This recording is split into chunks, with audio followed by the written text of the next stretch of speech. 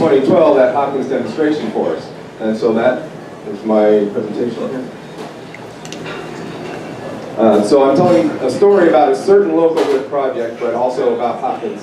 And actually my partner at Hopkins, Peter Matska, he's the resident OSU Extension Forester. He gets to live and work, well not live, but sometimes it seems like he does. He works out of Hopkins, and he's really the one who did this project, and I helped a little bit, but I get to tell the story. So the big part of the story is Hopkins demonstration forest. Howard Hopkins was a forester. He retired in the 60s. He wanted his own 100 acres. He called it a stump farm. If you go there now, there's a lot of nice, beautiful trees. He managed it for a long time, but when he passed away, his wife Margaret wanted it to be a forest forever, and she was looking for how to donate it, and we created a nonprofit. Not we, but Extension and local woodland owners got together and made Forest Forever Incorporated to keep it as a forest forever rather than getting subdivided. So it's 140 acres now. How many of you have been to Hopkins Demonstration Forest? Okay, if you haven't, I have brochures there. Find your way there. It's a great place. A big part of what we're doing there is helping people learn whatever they want to learn about forests. And I should point out that I'm a member of BLA and on the board because there's about 20,000 woodland owners around the North Willamette Valley down to Eugene, and many of them could be certified FSC. They're managing in many ways and making a lot of good wood, and very few of them are. And part of my goal is to help connect a lot of these great landowners that love their forests, manage really great forests, and help them sell their best trees in a way through this local chain. So that's why I'm here. But Hopkins is a great place to do it. We are not FSC certified, but we grow some good wood. And our mission really is just to demonstrate, the challenges and the benefits of woodland management for woodland owners, for everyone in Oregon and from around the world, and also a lot of youth education that we do there. And so why I call it good wood from Hopkins. It is a well-managed forest. It's sustainable. We're growing more than we're harvesting. The forest continues to grow. We have trees that are over 100 years old. The cedars, they left the cedars in the old days, and now those are our 150-year-old trees, along with lots of nice 80 and 90-year-old oak fir. But we also are good wood because we created a whole new community of people coming together, as many of you have, around this whole idea of Forest Forever and education, demonstration, helping others learn, sharing what you've learned with others when you come to Hopkins. And then we do a whole lot of youth education, 120 busloads, 5,000 kids a year, science in the forest, finding their way to learn in the outdoors instead of the classroom, and maybe a career in sustainable forestry. So our project, though, this simple little thing, is the cedar tree.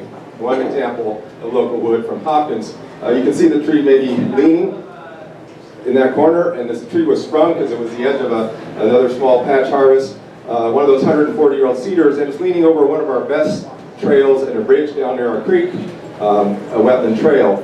And Peter heard the tree fall one day when this group of children was out, and they were up top, and he was planning to go cut it down because he knew it was a hazard tree, but it was a still day in spring, and it fell, and the kids ran down there, as Peter said, we got something to go look at. And there they are on the tree that fell.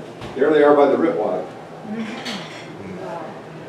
Well, then Peter and lots of volunteers, Hopkins, we run with volunteers of all ages, but we got working thinking, well, we want to do something with this tree and keep it on the forest. And so they laboriously got the logs from that downfall. And then when they finally revealed the bridge underneath, we decided it needed repair. The stringers were still good, but a lot of the deck boards were bad, and they were already pretty old. And so we got the idea, we hauled the logs up to the top. This is about 350 feet elevation. The sawmill at the top of the hill was about 700 elevation. And we didn't really want to get big equipment in there. But we did have tractors, and we cut them into short pieces, 10 feet. And then we had some more volunteers and spent quite a while milling them up. In fact, Mike Daly, who was just a neighbor who joined, he didn't know anything about forests, he's a retired physician, but he really is now our building manager at Hopkins. And I should say we have a wonderful forest classroom at the top of the hill that is available for you all for forestry and for private events as well, great place for a retreat. But Mike learned how to run the mill, so he milled most of these boards. And that was just enough to rebuild the bridge. So we have community forestry days, we have volunteer days where we invite you second Saturday every month, come help us out. And this is the crew.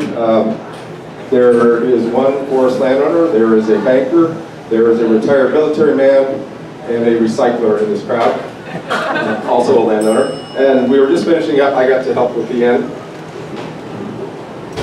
Decided to put some side rails on it, and then I'll rebuild from the tree that fell on it. And then not long after, we had one of our events.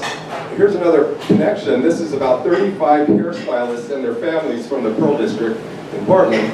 And a neighbor bought the land next to us, took some classes, learned about forestry. They now dedicate their environmental Earth Month fundraising to Forest Forever. And this is their crew the day they came out and helped us plant trees. And they all had to go test our bridge. And the bridge held up. So that's the story of the bridge built from the tree that fell on it. And I invite you all to come and help us at Hopkins. And a key thing I'm really interested in is how can we help many of the 20,000 woodland owners who, many of whom can be certified. Forest Stewardship Council certification is a great program. I actually helped with early stages of it as an auditor in the mid-90s. So I know about FSC and I recommend it, but it's not available, or maybe not, doesn't fit their philosophy, but they are growing good forests and good wood, and we want to help connect them. So that's another thing the Build Local Alliance can do, and you can all help too. So that's the story.